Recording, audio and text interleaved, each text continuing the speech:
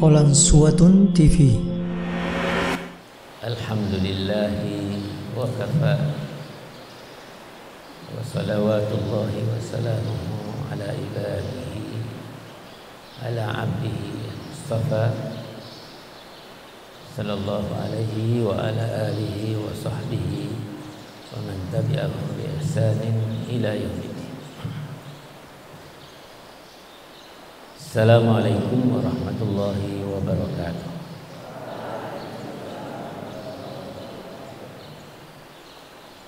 Alhamdulillah,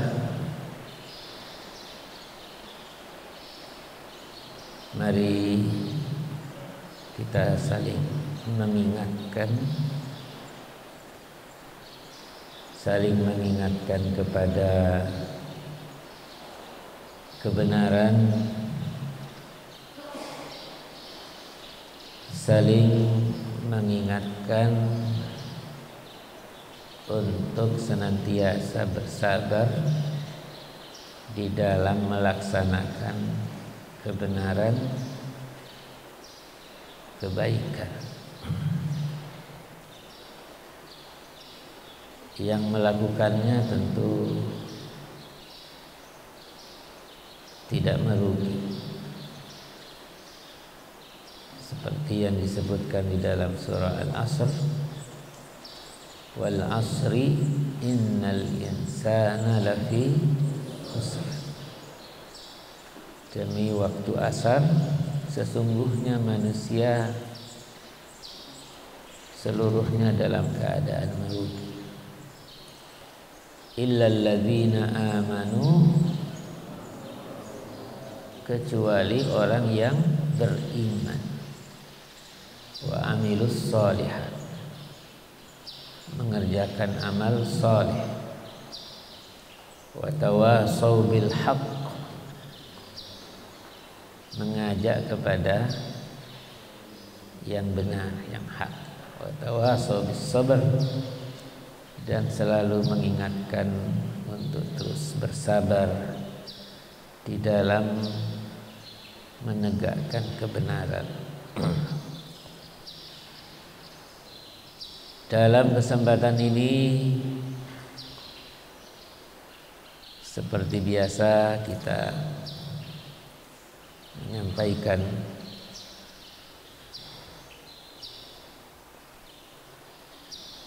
nasihat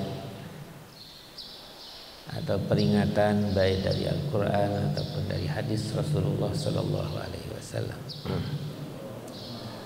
Ada sebuah hadis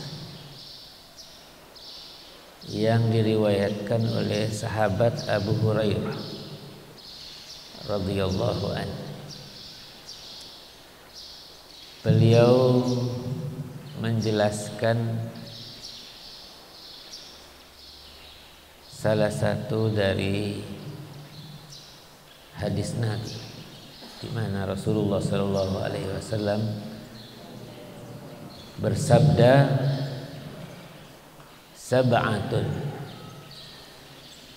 Sab'atun yuzilluhumullahu fi zillihi.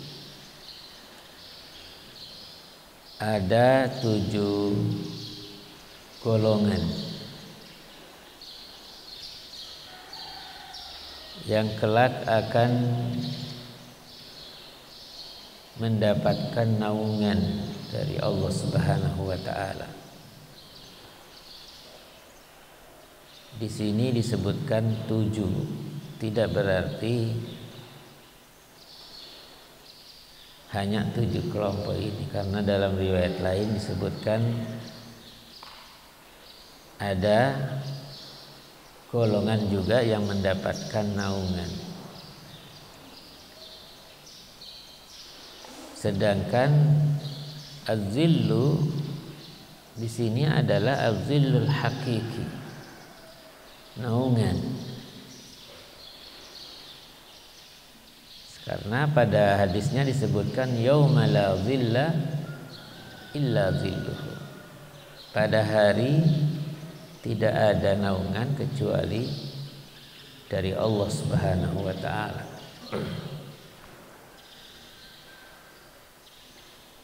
Seperti yang pernah disampaikan bahwa di saat umat manusia, demikian halnya jin, golongan jin itu dikumpulkan di suatu tempat yang disebut dengan padang mahsyar.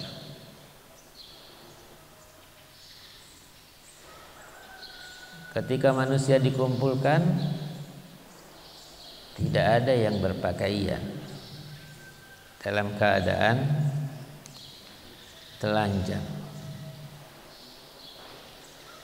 Sedangkan matahari itu jaraknya dari kepala antara 2 sampai 3 mil, seperti yang dijelaskan dalam riwayat lain. Tentu sangat panas. Kita saja ketika berjalan pada saat terik matahari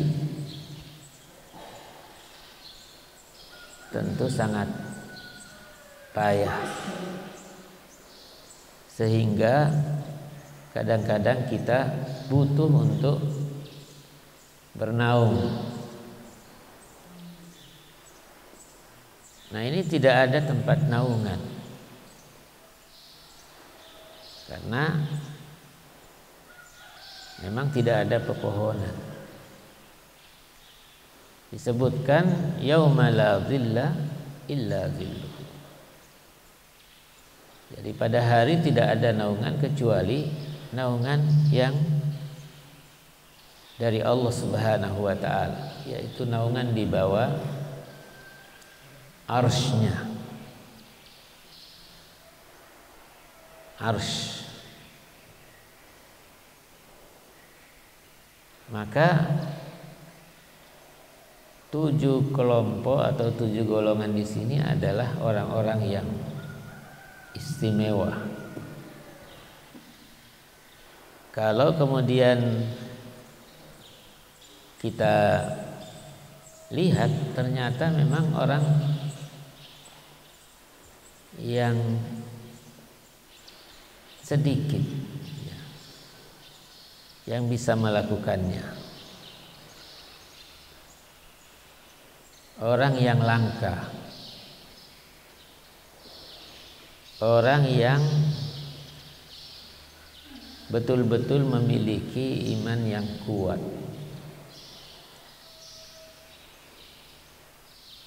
Yang pertama, Nabi mengatakan yang mendapatkan naungan nanti, yang pertama adalah imamun adil,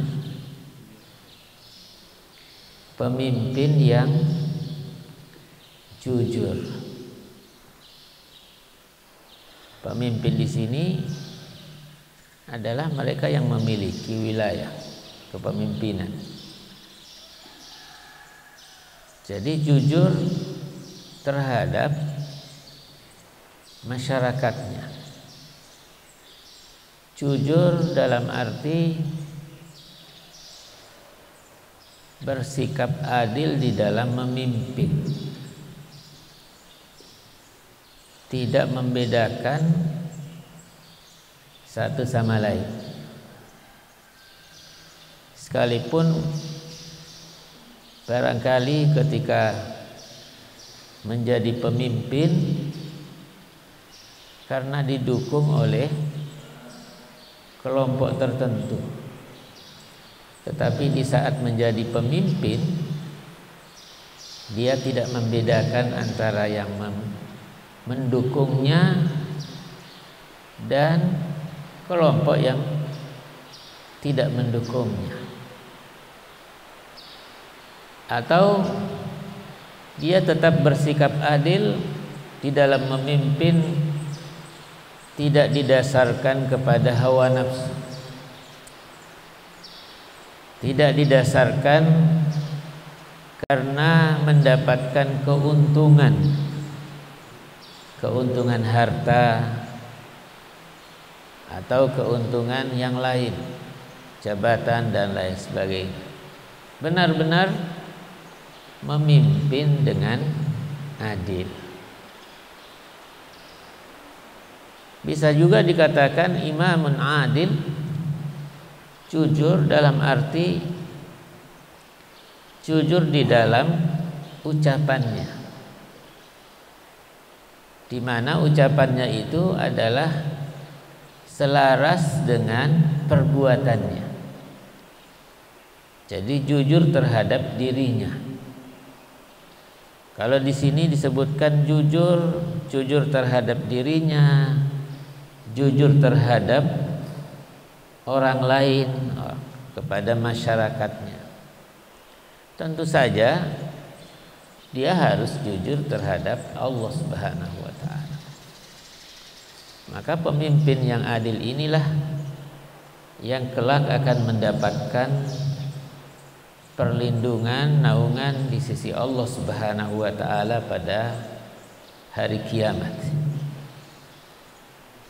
Yang kedua, wasyabun nasya'a fi ibadatillah. Remaja yang dalam pertumbuhannya senantiasa mendekatkan diri kepada Allah Subhanahu wa taala. Karena masa remaja ini adalah masa yang sangat sensitif. Masa yang mudah terpengaruh. Kalau kemudian terpengaruh kepada hal yang positif, itu tentu bagus. Tetapi kalau terpengaruh kepada yang negatif, dan ini yang banyak, saat usia remaja ingin mencoba segala sesuatu.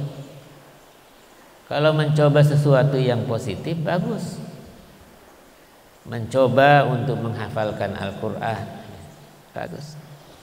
Mencoba untuk menuntut ilmu di lingkungan pondok pesantren, nah itu bagus.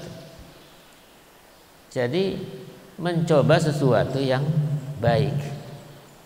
Tetapi umumnya ingin mencoba sesuatu yang berbahaya. Maka oleh sebab itu, orang dalam masa pertumbuhan di saat usia remaja itu hanya sedikit yang benar-benar dekat kepada Allah Subhanahu wa taala. Maka di sini disebutkan wasyabun nasya'a fi ibadatillah. Senantiasa beribadah kepada Allah dengan segala amal yang menunjukkan, yang mengarahkan kepada Allah Subhanahu wa taala. Di antaranya adalah menghafalkan Al-Qur'an. Yang di antaranya adalah belajar ilmu agama. Karena kalau orang tidak paham agama, maka tidak mungkin dia bisa beribadah dengan baik. Tidak mungkin dia akan merasakan manisnya iman. Maka oleh sebab itu, pada urutan yang kedua adalah remaja yang dalam pertumbuhannya senantiasa beribadah dan dekat kepada Allah Subhanahu wa taala. Wa syabun nasya'a fi ibadatillah. Yang ketiga, wa rajulun qalbuhu mu'allaqun bil masajid. Ini juga langkah orang yang senantiasa hatinya terpaut dengan masjid. Orang yang senantiasa dari waktu ke waktu itu selalu menunggu kehadiran dan kedatangan waktu sholat, karena ingin melaksanakan ibadah sholat di masjid secara berjamaah. Bayangkan kalau kemudian orang berjalan dari rumah seperti yang disebutkan di dalam hadis, barang siapa yang menyempurnakan wudunya lalu kemudian menuju ke masjid. Ke masjid tidak ada maksud lain kecuali untuk melaksanakan ibadah salat. Maka langkahnya itu memiliki banyak keutamaan. Ketika melangkah dosanya menggugur. Ketika melangkah naik derajat, bertambah pahalanya. Luar biasa. Jadi hatinya selalu terpaut dengan masjid. Itulah yang diantaranya dimaksud di dalam Al-Quran, walladzina hum ala salatihim yuhafizuna, senantiasa menjaga salatnya, menjaga ibadah salatnya, melaksanakan salat 5 waktu di masjid. Karena salat berjamaah itu adalah keutamaannya sangat besar dibandingkan salat sendiri. Salatul jamaati afdalu min salatil fardhi. Jadi salat berjamaah lebih utama dibandingkan salat sendiri. Bandingannya berapa? Bisa ba'in wa ishrina derajat. Jadi bandingannya 27 derajat. Dalam riwayat lain 25 derajat. Ketika Ibnu Abbas ditanya tentang yang dimaksud dengan derajat di sini, beliau menjelaskan ma bainal ardi was sama, antara bumi dengan langit. Jadi ini juga langkah. Tidak semua orang, khususnya zaman sekarang ini, bahkan kadang-kadang orang merasa khawatir untuk datang ke masjid. Padahal Nabi dalam hal ini menyebutkan, menjelaskan keutamaan orang yang melaksanakan salat 5 waktu secara berjamaah di masjid. Jadi ini termasuk orang yang akan mendapatkan naungan. Wa rajulun qalbuhu mu'allaqun fil masajid. Berikutnya wa rajulun tahabba fillah wa rajulani tahabba fillah. 2 orang yang saling mencintai karena Allah. Mencintai karena Allah. Ijtama'a alaihi wa tafarraqa alaihi. Jadi bukti kalau saling mencintai karena Allah, karena tidak membedakan antara ketika bersua dan ketika berpisah. Ketika berada bersama-sama di satu tempat, tetap satu sama lain saling mencintai karena Allah. Kalau kemudian keduanya berpisah, seseorang ada di sini, yang lain ada di tempat yang jauh, tetap mencintai saudaranya. Ini adalah mencintai karena Allah. Di dalam hadis Rasulullah sallallahu alaihi wasallam menjelaskan, man ahabba lillahi, barang siapa yang mencintai karena Allah, wa abghadha lillahi, dan membenci karena Allah, wa mana'a lillahi, dan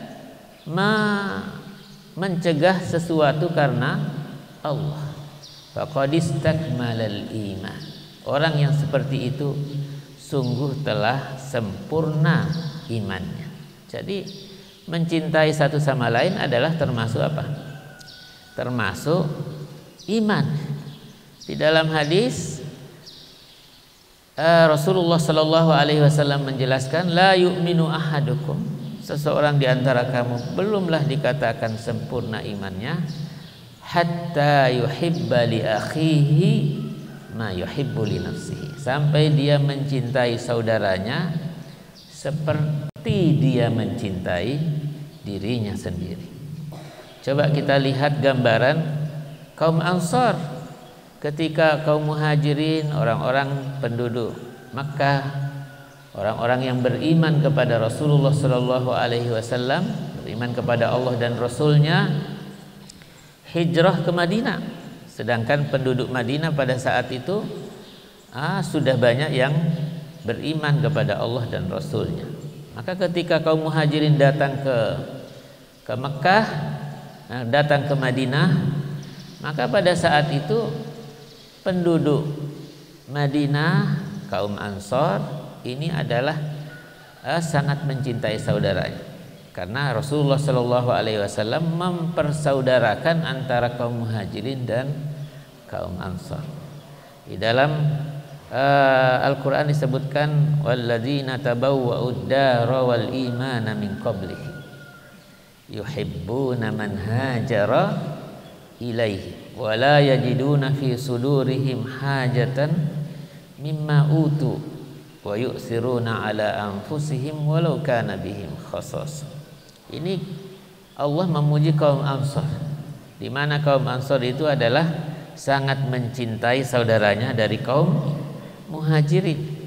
Ketika Rasulullah Sallallahu Alaihi Wasallam akan membagikan harta rampasan, maka dalam keadaan seperti itu Nabi membagikannya kepada kaum Muhajirin, karena mereka meninggalkan Mekah tidak membawa apa-apa.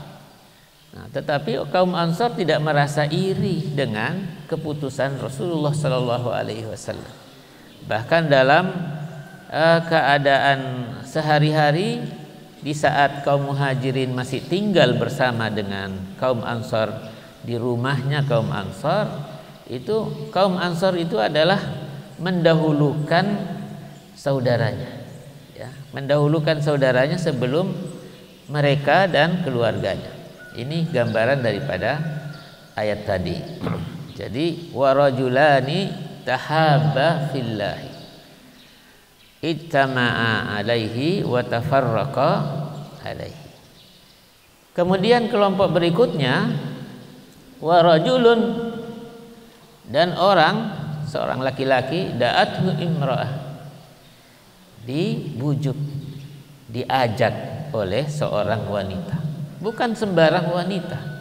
Di situ disebutkan da'athu imra'ah zatu mansibin wa jamal, punya kedudukan, bisa karena keluarganya keluarga yang terhormat, bisa karena keluarganya dari orang yang kaya.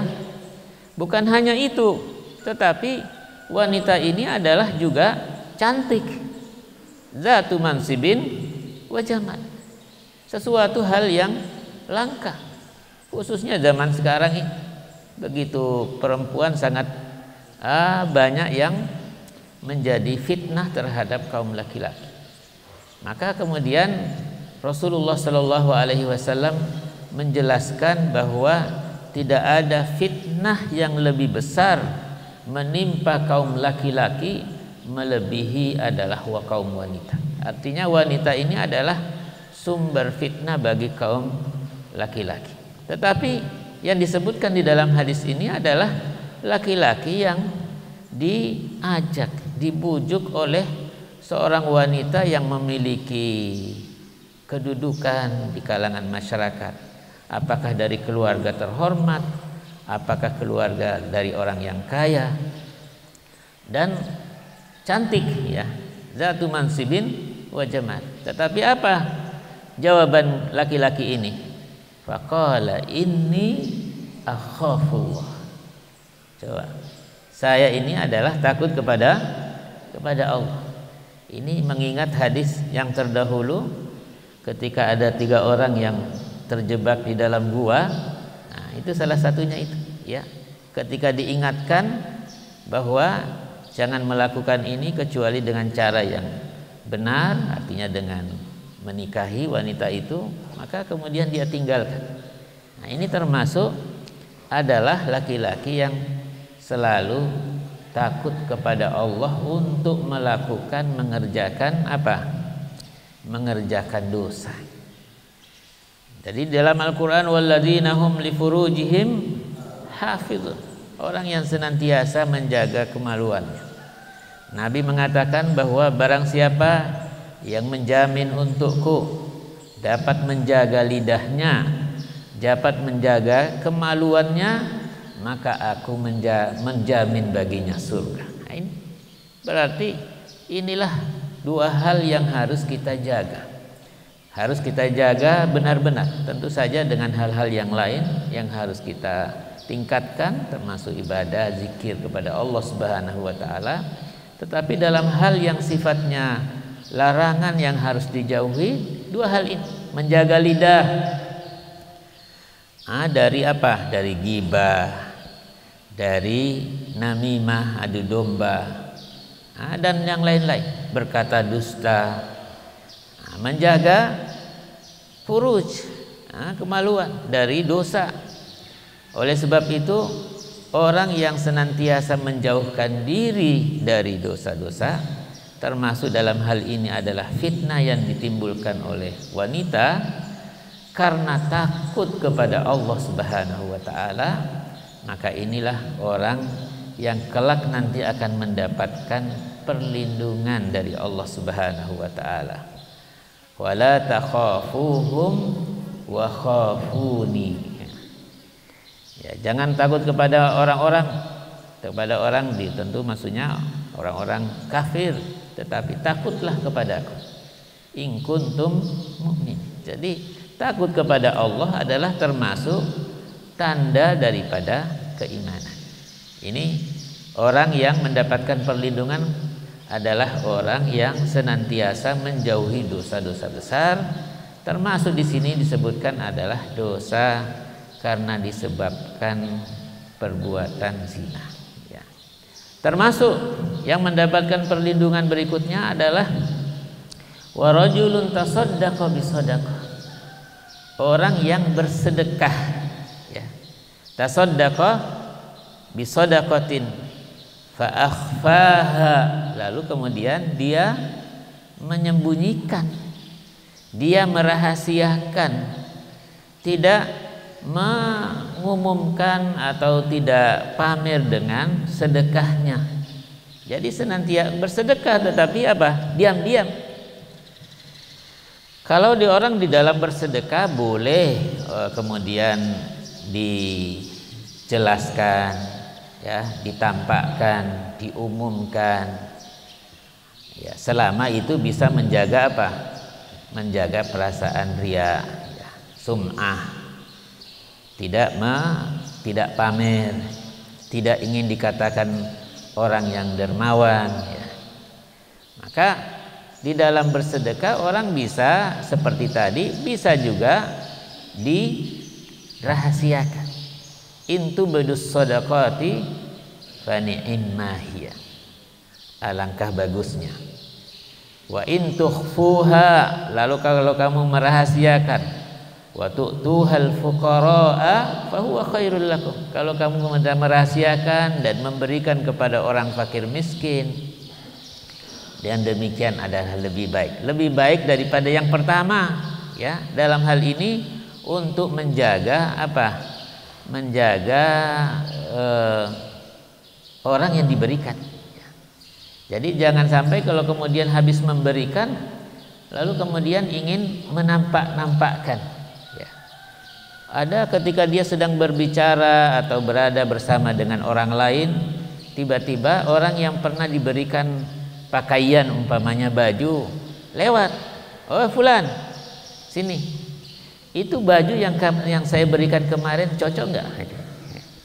Dia nanyakan seperti itu supaya orang yang ada di sampingnya itu mendengarkan, oh si fulan ini kemarin diberikan baju. Tetapi orang yang diberikan ini kira-kira merasa malu atau tidak? Nah, inilah sebabnya kalau orang memberi dengan cara dirahasiakan. Jadi boleh saja orang memberi dengan ditampakkan, diumumkan, disampaikan, ya, untuk menjaga amanah. Biasanya panitia dalam hal pembangunan masjid umpamanya kan mengumumkan ini nama-nama orang yang membantu, yang memberi sumbangan untuk menjaga amanah bagi panitia. Tetapi orang yang membantu ini, yang memberi sumbangan, tentu harus senantiasa menjaga hatinya. Jangan sampai ada rasa apa? Rasa riya atau sum'ah. Dan yang terakhir, wa rajulun zakarallaha khaliyan. Orang yang senantiasa ingat kepada Allah, ya. Zakarallaha khaliyan itu minaz zikr, az-zikru bil lisan. Ya, ingat, senantiasa berzikir. Di saat berzikir berpaut antara yang diucapkan dengan yang ada di dalam hati, sehingga menyebabkan keluar air matanya. Fafadat aina, zikir. Nah, kalau di sini disebutkan khalian, karena disinilah bentuk jauh dari riya tadi. Kalau orang kemudian di hadapan orang banyak, lalu kemudian berzikir, lalu kemudian mengeluarkan air mata, bisa saja benar-benar air matanya itu karena zikir tadi, bisa juga karena riya, ya. Nah, makanya Nabi mengatakan zakarallaha khaliyan. Bisa juga zakara di sini minat tazakkuri, ya, dari hal berpikir. Memikirkan apa yang dipikirkan? Yang dipikirkan adalah penciptaan Allah. Inna fi khalqis samawati wal ard wa ikhtilafil laili wan nahar la ayatin liulil albab alladzina yazkurunallaha qiyaman wa qu'udan wa ala junubihim wa yatafakkaruna. Jadi di sini ada zikir yang seperti yang makna yang pertama. Ada zikir bisa dimakna at-tafakkur, ya. Wa yatafakkaruna fi khalqis samawati wal ard. Inilah sifatnya ulul albab, yaitu menggabungkan antara zikir dengan pikir. Jadi zikirnya ada, pikirnya juga ada. Jadi orang-orang para ahli dalam ilmu itu kalau kemudian disertai dengan zikir, dia akan lebih hebat. Maka oleh sebab itu di sini disebutkan pada kelompok yang ketujuh adalah kelompok yang mendapatkan naungan nanti di akhirat, adalah orang yang senantiasa berzikir kepada Allah di saat tidak berada di kalangan orang ramai. Maksudnya di saat dia benar-benar sendiri bersama dengan Allah Subhanahu wa ta'ala, antara dirinya dengan Allah, maka pada saat itu dia meneteskan air mata.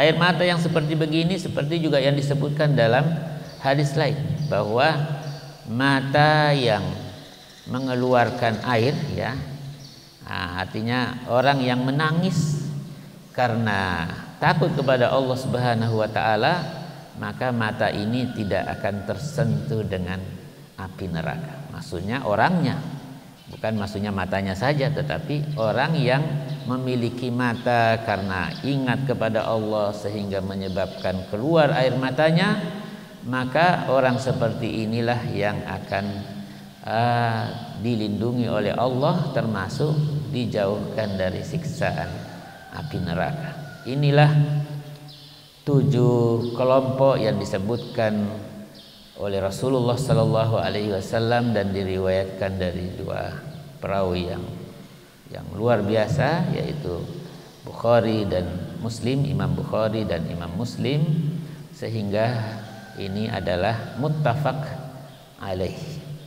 Mudah-mudahan kita bisa menjadi bagian dari 7 kelompok ini, ya, khususnya kepada kita semua yang dalam pertumbuhan senantiasa berada di lingkungan pondok pesantren. Kedatangan kita di sini adalah untuk beribadah, menuntut ilmu lillah, ya. Menghindarkan, menjauhkan segala sesuatu yang tidak ada sifatnya dengan menuntut ilmu. Kalau kemudian ada cobaan, ada hal-hal yang dirasa berat, semuanya dijauhkan, karena datang ke sini hanya talabul ilmi lillah. Hadanallahu wa iyyakum ajmain. Wassalamualaikum warahmatullahi wabarakatuh. Jazakumullahu khairan sudah menonton video ini. Jika bermanfaat, silahkan tekan like, share, dan subscribe untuk menunjukkan dukungan antum di channel ini. Ikuti juga informasi kegiatan santri dan alumni di akun resmi Pesantren Pendidikan Islam Darul Abror.